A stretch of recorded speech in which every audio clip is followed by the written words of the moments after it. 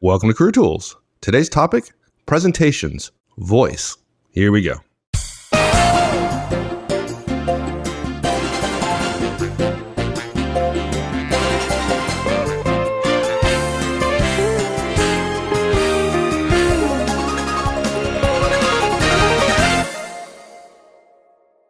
I know that presentations is in the top 10 list about what people are most afraid of, right? Particularly managers and professionals. And I'd say it's probably in the top. Yeah. It's probably in the top 2 or 3, frankly, for a lot of folks.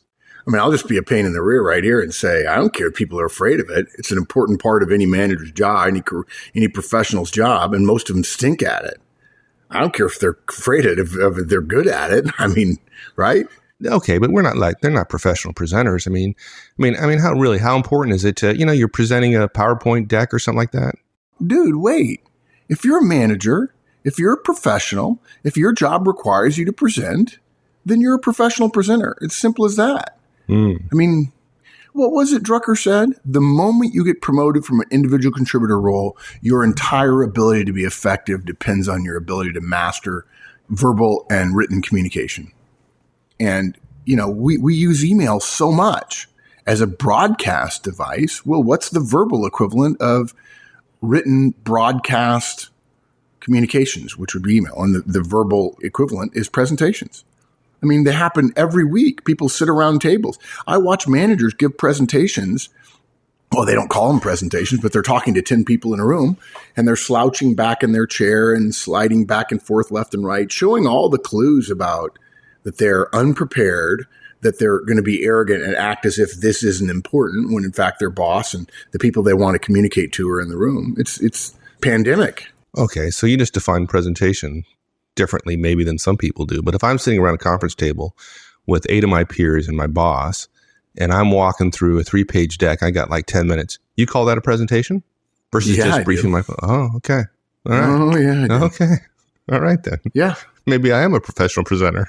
You're right. People are afraid. And so they engage in stupid behaviors to avoid presenting. And what they end up doing is not getting their point across in a way that's helpful. So, yeah, I know people are afraid of it. Manager tools and career tools are not really that focused on emotions. We're much more focused on behaviors. And I know plenty of managers who are fearful of their presentations who do them quite well. Thank you very much. Okay. So how are we going to help people today with being more effective in presentations? Yeah. So there's so much to say here. And, this is about being effective in presentation. This would be a long cast. We're going to cover everything. Yeah. We're getting ready to roll out the Effective Interview Conference here in, sometime this year. We're delivering it at the end of June for a beloved client. And I have, I think, 30 hours on my calendar between now and the presentation to rehearse it. 15-minute by 15-minute by 15-minute bit. And there's just so much. And I tell people all the time, it's about the audience. The problem is people have to go through stages. First, they have to master their content. Then they have to master delivery. And if you've mastered both content and delivery, then you can begin to learn about mastering the audience or focusing on the audience. And if you've mastered content and delivery, you can change those things based on your audience. And the only thing that matters in the room is the audience. It's the only thing. Your content doesn't matter. Your delivery doesn't matter. What matters is what the audience hears. And unfortunately, we're talking about delivery here, which comes after content. But this is simple stuff. Once we realize that presenting to a group is inherently destined to fail unless you fundamentally change how you think about communication, then it's going to be much harder. It's going to be nearly impossible to be great. And what we're suggesting is that delivery includes all aspects: verbal, vocal, visual, the words you say, how you say them, your facial expressions, your body language, everything. And one of those things that you have a chance to work with, that being able to moderate it and change it does not change, but actually doesn't hurt, actually increases your authenticity, is your voice. And there are 4 things you can do, and it's no harder than experimenting with them and thinking about the dramatic impact you're having. And that is, you can increase your range of volume, talking louder and talking quieter. You can increase the range that you use of your tone from very, very high to very, very low. You can increase the range of pitch that you use, and you can also increase or decrease your speed.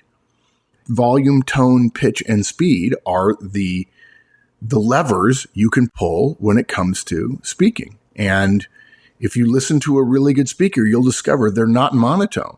They're not always at the same pitch. They're not always at the same speed. These are things that they know how to do because they've mastered their content and they've worked with enough audiences to know that audiences respond well to presenters who are overemphasizing things in order to make their points particularly clear when you're speaking to a group. Human beings we weren't made to speak to groups. We were made to speak to individuals. That's why face-to-face communication is so important. Unfortunately, if you're on stage and you want a shot at being great, and anyone listening to this has a shot at being great, it's just a matter of practice, making it a part of your professional development. It's not, you don't have to go to a class for a month to learn how, and you have to do it over and over again a lot and rehearse. But your voice is a bit like stage makeup. For those of you who have been on stage, I've never acted, but if you've ever met an actor backstage on at a theater, and because of the lights and so on, their makeup is very much overdone. And if you have somebody sitting in front of you, sitting quietly while you're standing up and moving around, or if you're trying to reach 10 different people in a room, even if you're sitting down, if you don't overdo, even just a little bit, your tone and your pitch and your volume and your speed, you're going to lose people because people aren't used to staring at one person if they're not in a one-on-one conversation. So this is just one of many levers. Okay, so let's talk about volume. I imagine the first thing that most people think about when they think about their voice and presentations, right, is that they have to be loud enough, right? I mean, clearly it's important to be loud enough to be heard, right, by the audience. There's not much persuasion going on if they can't hear you. Yeah. But there's more, though, all right? Yeah, that's true. But the beauty of it is, of course, and we'll get into this, is that when you raise your volume, you're naturally at some times going to come back to your natural volume. And that then gives you some variability. And variability is important. Not variability for variability's sake, but variability increases the chances that the audience's attention will stay on you and they will understand the subtleties of your words rather than just your words. Most effective presenters, when they're on stage, not all, but most, act like high I's in the DISC model. And high I's definitely tend to be louder than other people, for sure. They also have a greater range of volume in their voice. They can easily be the loudest person in the bar and have 20 people listening to their story about their epic weekend. Now, before I go any further, let me stop. There are high C's who say to themselves, as you engineers, you perfectionists, your software developers who are quiet and reserved and maybe pretty, you would think yourselves as intellectual and smart, and perhaps smarter than a lot of the people around you. You're thinking, well, I would never be that person in the bar. We're not asking you to be that person in the bar. We're asking you to notice that one person in a crowded bar, in part because of their voice, is able to keep 20 people in a crowded bar entertained. Or, forget entertained, can keep their attention. If you say to yourself, well, that's not me, that's okay. But then what you're saying is, I wouldn't be able to keep 20 people's attention on me when there are distractions. But folks, what do we know about meetings today? They're nothing but distraction mills. They got cell phones. People are letting people use laptops. We got pagers. I mean, smartphones, we got decks in front of us and people coming in late and so on. What's interesting, though, is that high I can also have a totally quiet, more intimate conversation with one person in the bar, even in a crowded room, even in that bar. And they're simply changing their behavior to be most effective. And, well, I'll tell you, having met Bill Clinton, one of the most impressive, if not the most impressive interpersonal communicator I've ever met in my life, he's a high I. And there's no question when you're talking to him, you think it's him and you, the only two people in the room. Now, look, part of that is eye contact and there's other physical behaviors, but part of it is their ability to vary the volume of their voice. loud when necessary and quieter when they want to either change how you're thinking or because quietness actually causes a person to lean in and feel either a secret is being revealed or that something very important, because generally secrets are thought to be important, is about to be shared in a way that makes you feel part of a special circle. Now, look, we could give you 1,000 subtleties to this. And by the way, we're going to take this as a first in a series, and we'll take each one of these and have more examples and give you more definitions and so on. But basically, all you have to learn from this cast regarding volume is, in your next presentation, think about raising and lowering the decibel level of your voice when you want to make something important. Sometimes you can raise your voice to make something important. Sometimes you can lower your voice to make something important. Whenever I think about casts like this, I'm reminded of our friend Mike Swinson, who I don't know where he got it. It may be part of his Dale Carnegie training, but he shares with us a great line. He gives the example of the sentence, "I didn't say you had an attitude problem." And then he delivers it with different tone or different emphasis or emphasis throughout in such a way that it changes the meaning, the difference between, for instance, "I didn't say you had an attitude problem," and "I didn't say you had an attitude problem," and "I didn't say you had an attitude problem." All those things mean something different. Now, that's more about tone. But my point is, we take these things for granted in day-to-day speech, but then people get up in front of an audience, they haven't got their content mastered, and suddenly they become fairly monotone, or they're rushing to get through a lot of things. By the way, that's one of the reasons why having 10 slides for a 10-minute presentation is really a bad idea. Saying less and making sure that the things you're saying have the appropriate emphasis to keep people's attention is far better. And leaving people with questions is also often far better. But anyway, I'm getting ahead of myself. Let's give a couple of examples of volume. We've given guidance before about starting presentations, right? You stand still.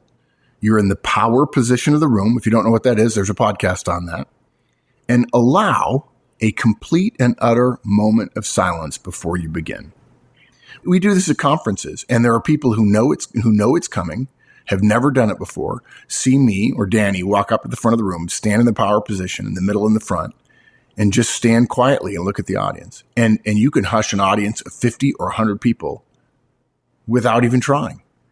And people know what's happening, but they've never done it. And they actually kind of giggle a little bit. That kind of titters go through the room like, and I often joke before I welcome the group, I say, yeah, we teach this stuff. That's right. It really does work. Your first sentence will be welcome, or something to that effect. And an overview or presentation will probably follow that. But that first bit of silence is important. That's part of the volume of your voice. There's no voice. You're not walking around. You're not chattering. Okay. And when you welcome, you raise your voice a little louder than you would in the rest of the presentation. Right? Not overly done. You're not yelling or anything. But the idea is you've just used volume to capture people's attention. And for the next 30 seconds, their attention is not going to waver from you. And that was strictly a function of volume. Okay. You could then, after you've started talking, and maybe you're talking a little bit loud and a little bit fast to send a message of energy in the first minute of your presentation, you could then easily use a quieter voice if you want the room to come back to you. Maybe after a question, for instance. I often, when people ask me a question, I think it's really good, but it's really poorly phrased, and I have to think through the multiple parts of the question and what parts are valid and which parts are not. I stop talking. Now, if somebody has drifted away mentally, and then suddenly there's no noise in the room, that gets their attention. People go, what has changed? Their brains, which are occupied with something else, are aware that what they expect to be happening around the pattern of behavior, the guy at the front of the room talking, some drone in the background of noise, is gone. And their brain tells them, pay attention, something's not as you expect it to be. This is what volume does. Volume says, this is not what you expect it to be. Pay attention. And folks, one of the most important underlying points of this cast is that you're in a constant battle as a presenter with a billion other things that are in the audience member's mind at any second. And the more plain you are, the less effective you are going to be at fighting for their attention. And if you don't have their attention, you're wasting your breath. They're not hearing you. Well, the words are impacting their ears and they could probably repeat what you said, but they're not hearing you. And so volume is a way to say repeatedly, you're not ready for this. You don't understand. You need to pay attention right now. And I can assure you that if you ever thought about executive attention deficit disorder, it's happening in presentations. I would say 45 seconds. That's how long people's attention span is listening to a presentation. Much longer, by the way. That's not very long. I know, but it's longer in face-to-face because we're biologically connected in a way that a face-to-face one-on-one conversation, we will stay in it longer. But one person to a group, there are too many people in the group and they're always wandering off and coming back mentally. And it's not their fault. It's human nature. And we must be better as presenters. And one thing you can use volume to say to them, pay attention, to speak to their, if you don't mind my saying so, the lizard brain in them saying, you've wandered off now, but the situation you thought you were in has changed and you need to come back to the situation you're in and reassess it. And then hopefully what you're saying is interesting enough, you can captivate their attention again. Good. Now you talked about increasing your range of tone. What do you mean by tone? It's like timbre is... Yeah, the emotion in your voice. Emotion, okay. Tone is what conveys your excitement or your sadness, love, bitterness, whatever. If you want your audience to feel an emotion, you have to model it for them. And the way you model it, because of course they're hearing it inside their head, the way you model it primarily is with your voice. Okay? They have to hear the excitement in your voice before they can feel it. If you say to an audience, I want you to get excited about this, they won't. And what's worse, you've just lost credibility for the next point because they just realized you couldn't do what you said you wanted to do. That's the whole point. We use our voice and the tone of our voice to make it easy to achieve the objective of helping them feel something. And if you're not willing to do it, if you want to stay monotone, if you think it's a factual case you're making, but you want them to get excited about it, you're nuts if you're not excited. Now, you might say, well, wait a minute, Mark. People around me, they're like me. They want to be won over with logic. Yes, they do. They want to be won over by logic. And they expect you to be excited about the logic. It models the excitement you want them to feel when you can show that your path, your plan, your project is the most logical one. Look, you just can't give your entire presentation in monotone and expect your audience to be excited. You have to be excited first. Part of this is just leadership, modeling and setting an example and so on. Look, think about salespeople. Part of the reason you get excited about the things you never knew you wanted or needed when they start to sell you is their excitement about the product that they're selling. Now you say, wow, that person's excited. Ask yourself how you know. Okay? Because they're using words and they're changing modulation. They're changing their tone in such a way that there are behaviors that cause you to infer their emotional attachment or their excitement. Excitement's not a behavior. Excitement is a label we put on a set of behaviors. Yeah, I hate the people who can do this because, like, I've gotten home and said, like, why did I buy that?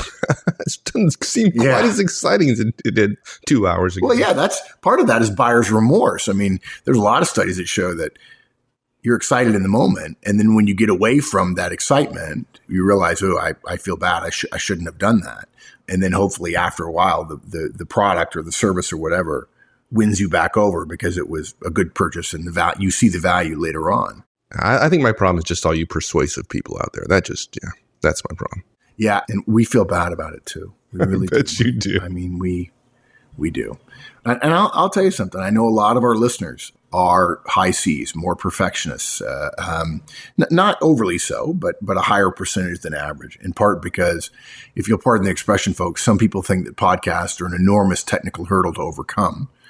I mean, 40% of the people who sit next to me on planes, when I say, do you know what a podcast is? After I tell them I own a management consulting firm, they say no, 40%. Or, yeah, but can't do that thing on iTunes. I don't know. Right? So our audience is a little bit more technical here. And technical tends to lean toward logical and rational and factual. That's great. And you may think, I don't want to be that guy in front of the room. It's okay. That's fine. Don't come crying to me when you can't get the big executive promotion.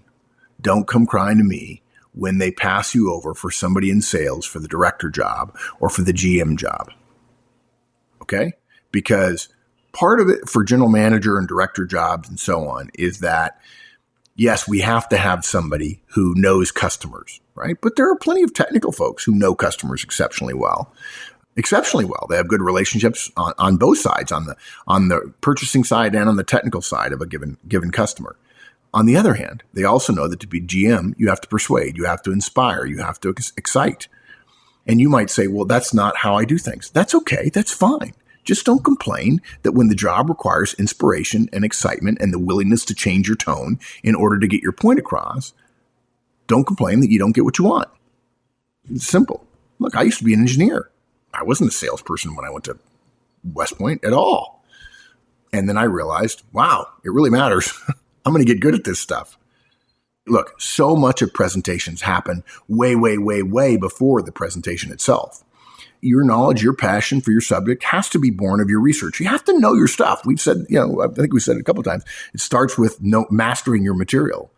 Your excitement can be totally natural, and you can feel comfortable about it if you know your presentation so well that you can turn off that track in your head which says, okay, we have to get ready for this next point, because you've rehearsed it so many times. And the example I use in the States is the old I pledge allegiance. Everybody knows how to finish that sentence.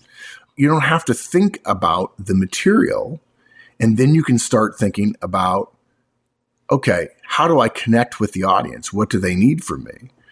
Practice, practice, practice, and you'll know your content so well. You can start thinking about, what is my audience feeling, and what do I want them to feel, and what would I have to do in order to help them feel that way?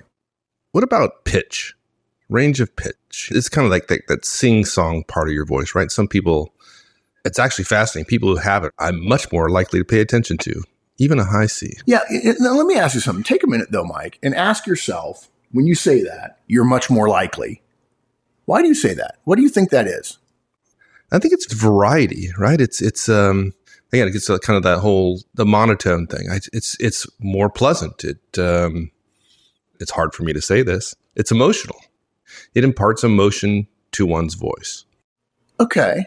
Well, why is emotion important? I'm a human being, perhaps, believe it or not. I don't know. It connects with me. It resonates with me. Somebody's asking me for my attention, which to me is valuable, right? I mean, there's 1,000 things I could be thinking about, and there has to be some kind of connection. If you want me fully engaged, there has to be some kind of connection. And that inflection, it imparts excitement, it imparts emotion, and it becomes a conversation as opposed to a presentation for me. Yeah. Okay. Yeah. You just stated a big part of the human condition. And we've used the words a little bit differently, but really there are three things that describe the human voice: pitch, tone, and rate. Okay. We call rate speed, but pitch is the up and down. Part of the reason that an automated system, I'm thinking of Siri right now, but plenty of computer voices, the reason they sound funny is because there's no pitch changes. Some people call pitch inflection, the highs and lows, the squeaks and the rumbles, if you will. The variability of pitch is another thing. The same thing with loudness is something to say, not unpredictability, but rather I am going to attempt to add as much value as I possibly can. And when someone's pitch changes, it sends a message to the listener that this is different and you should pay attention. And because the human brain seeks patterns and looks for similarity simply so that it could put that aside and therefore looks for something different. Look, if you look in the bushes, if you're a Cro-Magnon man and you're looking in the bushes and you walk by the bushes every day, if you look at the bushes when you come out of your cave, and pardon me, anthropologists, if I've got this wrong, but I'll oversimplify here and say, if you walk out of your cave and you see the bushes, your brain knows how the bushes look. It doesn't really even see the details of the bushes. Your brain, after you've seen the bushes 50 times, simply compares them instantaneously, because it's actually a different part of your brain than the part that sees things. It compares it to the pattern your memory has of the bushes. And if you've ever had the sense of looking at something and go, I don't know why, but I don't feel good about what I'm seeing, it's because your brain has compared it to a pattern that it has, and it doesn't like what it sees.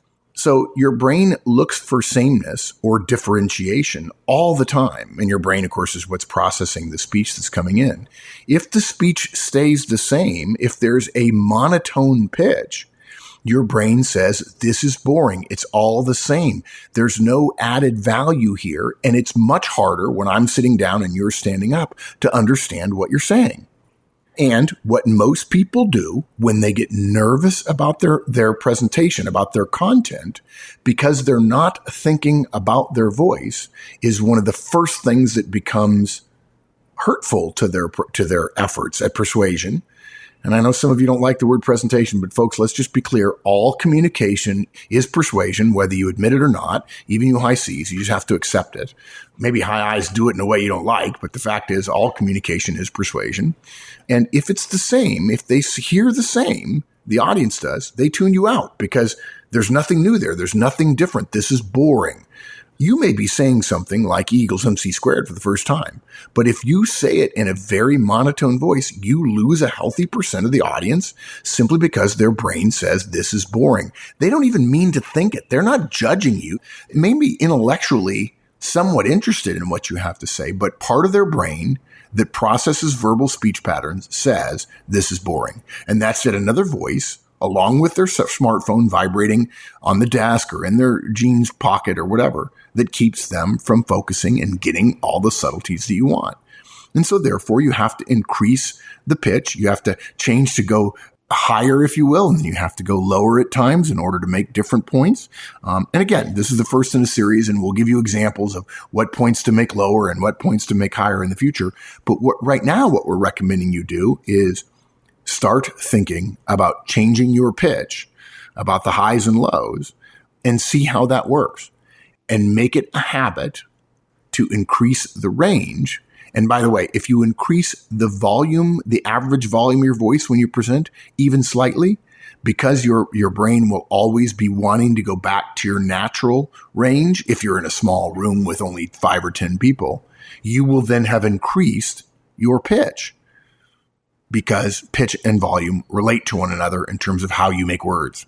What about the person who says, look, I did that, and frankly, I felt like a flipping fool. I felt like, what was Hunger Games? What was the Effie? Is that have you seen the movie? No. No. Okay. Well, there's a character on that has this like sing-song pitch going wildly up and down. I don't know. Some folks try it and they come back and say, man, I felt like a fool. Now, of course, you ask people in the audience, they say, what? I didn't even notice. Yeah, exactly. We do this all the time. The two examples I use for when I'm at a conference, particularly at our effective communications conference, when we talk about you're going to engage in different behaviors. And if let's assume you're 30 years old, you've been doing this for 25 years of your life since you started communicating somewhat effectively. You just communicate the way you communicate. Most people don't think about it. And we use two examples. I use the example of people who say to me, what do I do with my hands when I'm standing in front of an audience and I want to present? And so I stand in front of the group with my feet about shoulder width apart, and I start talking, and I leave my hands at my sides, which for most people who are thinking about their hands and where their hands are in their body drives them absolutely bonkers. But you ask the audience after they've heard me for about 20 seconds. Now, admittedly, I will have been waving my hands wildly around before then because I'm presenting to a group of people. Nobody says it looks weird at all. It actually feels a little bit weird to me when I first do it, but I've learned it doesn't look weird to the audience. Okay. So that's the first thing. You may feel weird. It doesn't matter. The audience won't think you're weird. The other example I use, which is something somebody can do right now, is go ahead and cross your arms. Hopefully not while you're driving, not while you're mowing your lawn, but if you're doing chores or whatever, you're at the office, or you're a passenger in a car, cross your arms right now, and then look down at your arms and ask yourself which arm is over the other one, which hand is tucked underneath the other arm, which hand is propped up against the bicep of the arm, and so on, right over left, left over right, so on. Now, that you feel comfortable. Now get in front of a mirror if you can, or if you don't, I'll just tell you the answer. Now uncross your arms and recross them in the opposite way. In other words, if you normally do it right over left, do it left over right, and put one hand underneath the arm that used to be in front of the bicep or whatever. And then ask yourself, do I feel weird? And the answer is, for 99% of people I know, oh my gosh, do I feel weird? I couldn't do this. I have to actually think about it to do it. And yet, I promise you folks, no one will know. You could show your spouse. You could cross your arms the weird way in front of your spouse and say, what looks funny to me? And he or she would say, nothing. Your arms are crossed. And you're like, no, I'm totally freaking out here. And your spouse is like, okay, but you look fine to me. In the same way that me standing in front of an audience with my arms at my sides, it feels weird if you do it the first time, but it's completely normal. So you just have to practice. The great thing about presenting is it's not complex. It just takes practice. Now, what I will say is attention deficit disorder and busyness and a lack of belief that presentation skills are important. Nobody's willing to rehearse. That's the great thing. You don't have to be smarter. You don't have to have any technical knowledge somebody else has to be a great presenter, folks. You just have to be willing to put in the time. And look, I got to tell you something. As many people who are struggling with work-family balance and so on, not that there's an answer to that are trying to spend more and more time at work, it's really funny. Oh, but I don't have time to present. Oh, but you're terrible at presenting. Okay, well, you're willing to spend more and more time at work. You're not willing to spend it on presenting. Don't complain to me about what you don't get in terms of results from your presentations. It's just practice. And you can increase your pitch and vary your pitch more greatly than you normally would. And not only will nobody notice, but more people will be paying attention longer, which is the start of getting your message across. And just like the other things we talked about, another thing you change is the range of speed, how fast you speak, how slowly you speak. Yeah, this is probably the easiest one for most people. I think now volume's probably easier in the people I've coached. On the other hand, I've coached a lot of people who are speaking to microphones, and you don't want, more than a 10% increase in the actual volume of the voice. I coach people to go up at least 10%, depending upon what their natural voice is. You want to be very careful about using amplification to get more volume. Because if you only amplify to get more volume, that then reduces the chances that you'll get a greater range of pitch and a greater range of tone and so on. But the problem is, of course, the speed at which you speak is a habit, right? And actually, I've discovered that I've gotten better. This is going to sound weird, but I've gotten better in interpersonal communications, one-on-one communications in the last 7 years, in part because I'm doing so much presenting and because of the amount of time I spend presenting, like now and in front of audiences and so on. Some of that has lapped over into my one-on-one communication style. And I have a greater range in all of these areas than I normally would, simply because I'm doing it more, just literally practicing without even thinking about practicing. People generally speak at a speed which allows them to be understood. And it generally reflects their internal understanding of the speed of the world around them. High D's and I's tend to speak quickly because they're anxious to get to the next thing. High S's and C's tend to speak a little bit more slowly in order to be accurate, in order to be understood, in order to make sure other people have a chance to really gather their thoughts. Now, let me ask you, okay, we're talking about presenting. D's and I's different than S's and C's, of course. So when it comes to presenting, I'm not talking about every situation. When it comes to presenting, what's better? On the slower side so folks can understand better, or on the faster side to impart some kind of energy? Faster. There's just no question. I mean, if it's slower, particularly if it's slower than normal communication, you are fighting the attention deficit thing enormously. And remember something now. They're sitting down. Their heart rate is lower than yours. If you slow down and you're not interjecting energy into the room, and we'll talk about that in a whole series of casts over the years to come, It is not humanly natural to sit down when another person is speaking to a group that you're in and have that person speak in conversational tone and to be able to follow them. In one-on-one, you can follow conversational tone, but no, you have to interject more energy because the difference in energy between you and them is so stark because you're standing up and they're sitting down, because they're sedentary and because you're not.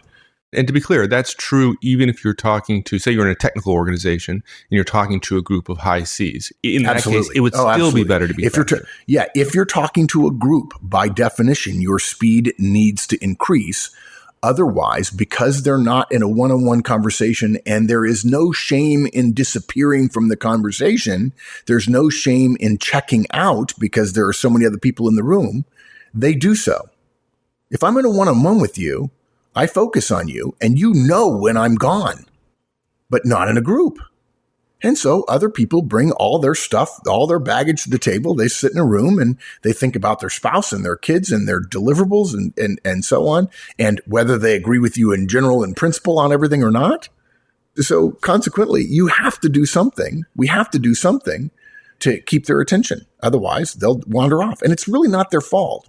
If you just speak in your normal voice and you wonder why you can't keep people's attention, you can get away with blaming them. Of course, you're responsible, but you can blame them because they're literally responding to other stimuli, which you're not aware of. And you would be aware of them and ask questions about them if it was one-on-one.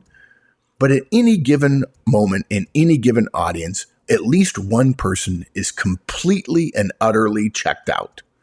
Now imagine you were in a one-on-one conversation and I told you in any one-on-one conversation, one person is always completely checked out. You'd say, no, that's not true. That's not true. That wouldn't be good. And the other piece that goes to this, Mike, is the whole thing of, well, I don't want to become somebody I'm not. Folks, you can't. All right? Those of you who are high C's or high S's say, I wouldn't want to be Mark. He's a little salesy. That's not good. Right? You couldn't do it. I could pay you $25,000 and you couldn't do it for more than 30 seconds. Because the pattern is so far removed from where you normally are in communication, you couldn't do it. It would be way too hard. It would be a stupid caricature. Yeah. We don't want you to become inauthentic. We want you to practice becoming an excellent presenter. And there are certain behaviors that excellent presenters use, like increasing volume, tone, pitch, and speed. Instead of allowing your natural speech patterns, your autonomic systems, to control the speed at which you're speaking, what speakers do is make choices to control the speed at which they're speaking. They control it themselves. Speak more quickly when you want to convey passion and enthusiasm. Speak more slowly when you want to explain a key point, or when you've just been speaking fast and now you're changing the point you're making. It's that simple. And by the way, something else. Some of you, if you're nervous, and you have a 15-minute presentation, you wonder why you finish in 10 minutes, it's because the nerves cause you to speed up. And that's okay. And we're still recommending you naturally try to speed up a little bit when you're presenting to a group. Again, because they're always wandering off. And if you're giving them more words faster than they're used to getting words, they will tend to stay attuned because they don't want to miss the next few words. That makes sense. Yeah. And guys, we're just scratching the surface here. But we wanted to put out there the basics, which are volume, tone, pitch, and speed. Look, when it comes to your voice and presentation, folks, it's all about variety. The more range you have in each of these key areas, the more interesting your audience will find you. And that means the more likely they are to hear what you want them to hear in order to be persuaded about what you're trying to persuade them about. That's the way you do it, dude. Awesome. Thanks, man. I appreciate it. You bet. All right, we'll see you. Thanks, everyone. That's it. We'll see you next week. In the meantime, have a great one. So long.